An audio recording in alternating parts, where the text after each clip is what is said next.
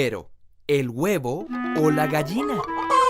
El tío Alberto siempre está contento porque le va bien en el trabajo o le va bien en el trabajo debido a que siempre está contento. Cuando queremos expresar que es muy difícil saber la causa de algo porque no sabemos cuál de dos factores dio origen al otro, decimos que es como la pregunta del huevo o la gallina. Por ejemplo, ¿la economía está mal a causa de la delincuencia o hay más delincuencia debido a la mala economía?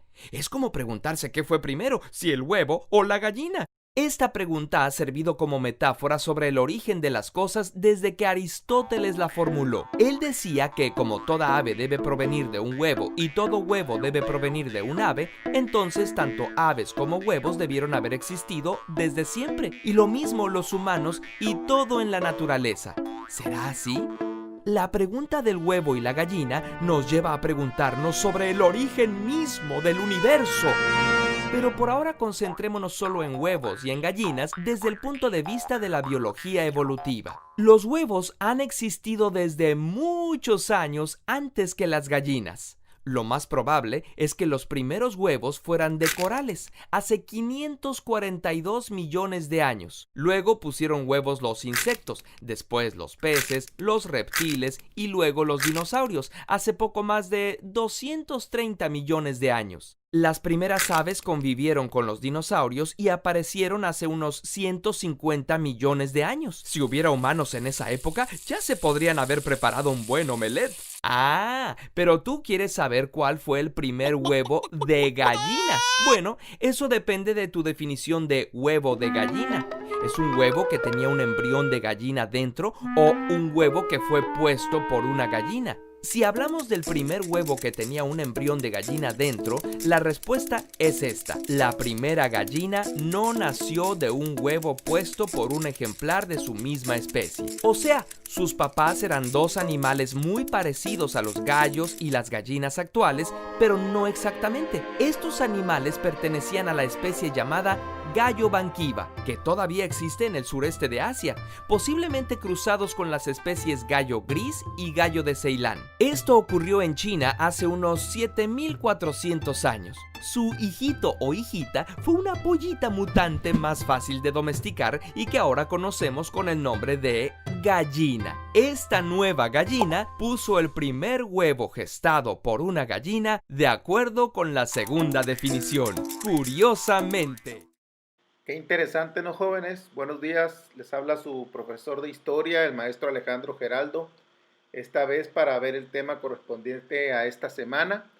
Este va a ser el que se titula Hechos y procesos históricos. Lo pueden encontrar en su página 40 del libro de historia en adelante hasta su página 44, que es hasta donde lo vamos a estudiar. El aprendizaje esperado que corresponde a este tema es que reconozcamos las diferencias entre un hecho y un proceso histórico. Y eso tiene mucho que ver con lo que acabamos de ver en el video. Veamos. Primero, ¿qué son los hechos naturales y qué son los hechos sociales? Un hecho, un acontecimiento o un suceso es cualquier acción que ocurre en un lugar determinado, independientemente de si fue realizada o no por un ser humano. Cada hecho es único e irrepetible. Jamás sucede dos veces. Aunque dos hechos sean muy parecidos, cada uno tiene un tiempo y espacio determinado que lo caracteriza y lo hace diferente. En este sentido, jóvenes, debemos distinguir dos tipos de hechos.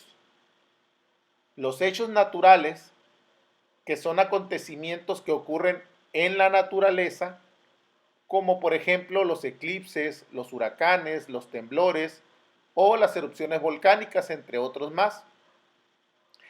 Hay otros hechos, como la aplicación de la primera vacuna, la llegada del hombre a la luna, las guerras, algún golpe de estado en algún país, un hecho político, etcétera, un hecho económico también puede ser.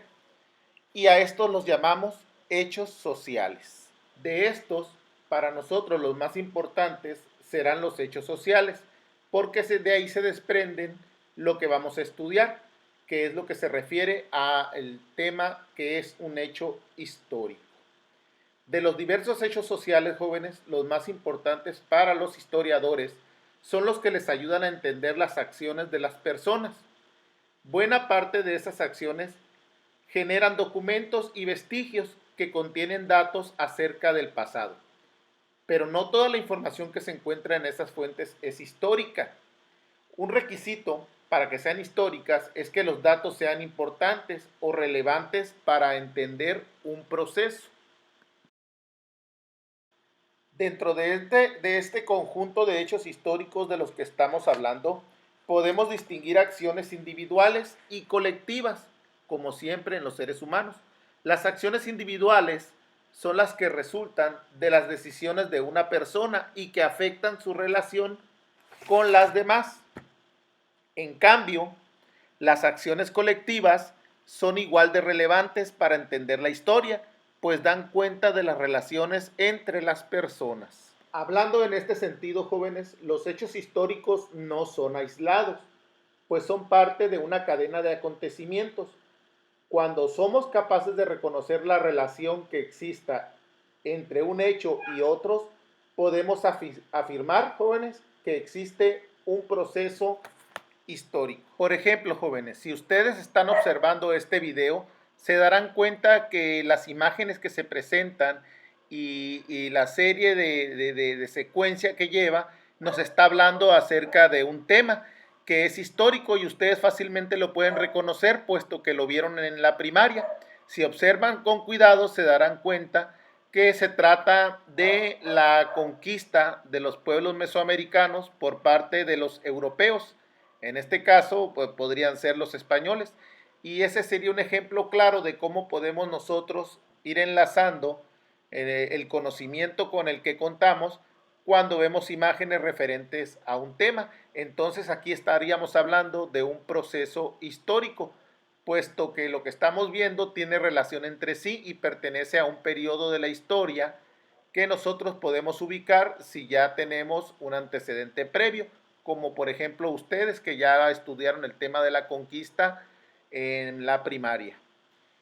Entonces, jóvenes, un proceso histórico, para poder ser percibido por completo, necesita haber pasado. Su explicación se construye cuando se relacionan los hechos que se encadenaron para dar lugar a uno o varios cambios. Sin embargo, estos procesos, algunos procesos históricos, muchos de ellos no han concluido y los estamos viviendo hoy en día. No podemos dar por terminados algunos de ellos, puesto que son temas de actualidad que aún siguen en evolución o en desarrollo, como por ejemplo la globalización o el desarrollo de la cuarta revolución industrial, que es la que se refiere a la ciberfísica, referente a las nuevas tecnologías digitales y cómo hoy hay espacios virtuales en los que nosotros podemos interactuar fácilmente sin que nuestra presencia física esté ahí. Eso es algo maravilloso que la tecnología nos brinda hoy en día y sin embargo no podemos decir que ha terminado, sino que está en desarrollo y en evolución. Por eso cuando hablamos de procesos históricos tenemos que definir si es un hecho que ya ha concluido o está en desarrollo. Es en este sentido, pues, jóvenes, que los hechos históricos de los que estamos hablando son seleccionados por los historiadores y son ellos quienes determinan cuáles de estos hechos, de los muchos que existen en la historia del hombre, son fundamentales para la construcción de un proceso. Entre dos hechos que dejen una huella o sean importantes para explicarnos un cambio en la vida de los seres humanos. Existe entonces una relación o un vínculo, porque las acciones humanas siempre tienen consecuencias en la construcción histórica. Se da prioridad a los hechos que fueron determinantes para cambiar las condiciones de vida de las personas. Es justo ahí, jóvenes, donde nosotros estamos hablando de un hecho histórico y no de un hecho natural.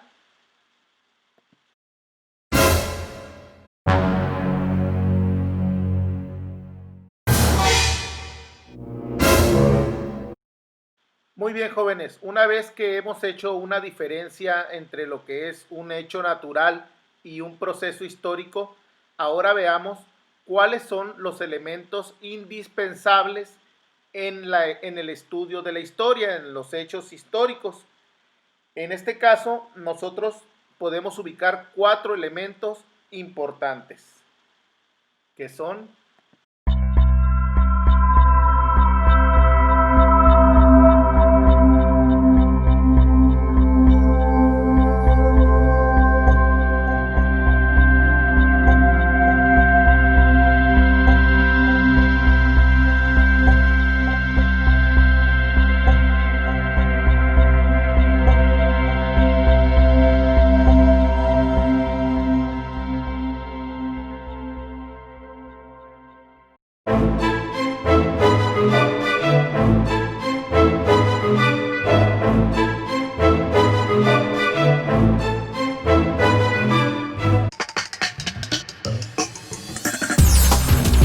Qué bien, jóvenes, que hayan podido acompañarme hasta aquí, hasta este momento.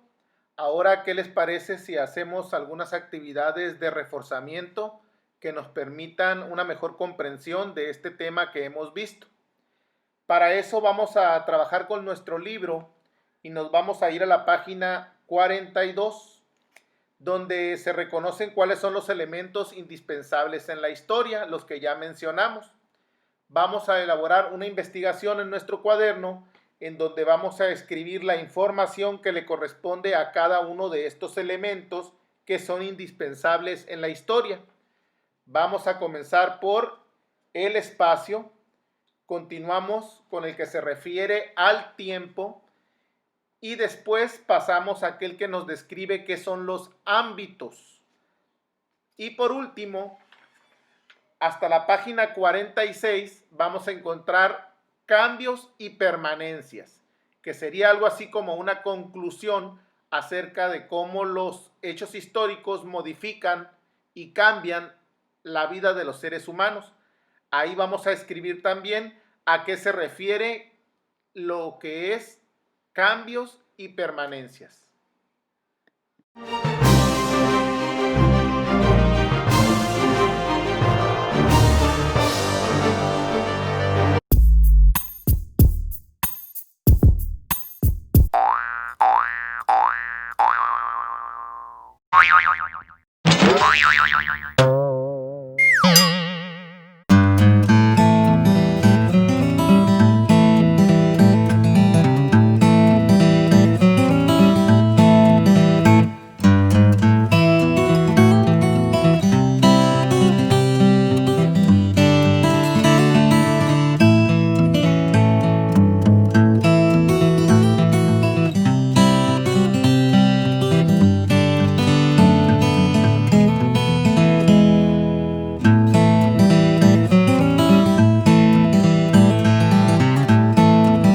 Bueno, jóvenes, pues esto ha sido todo por este tema.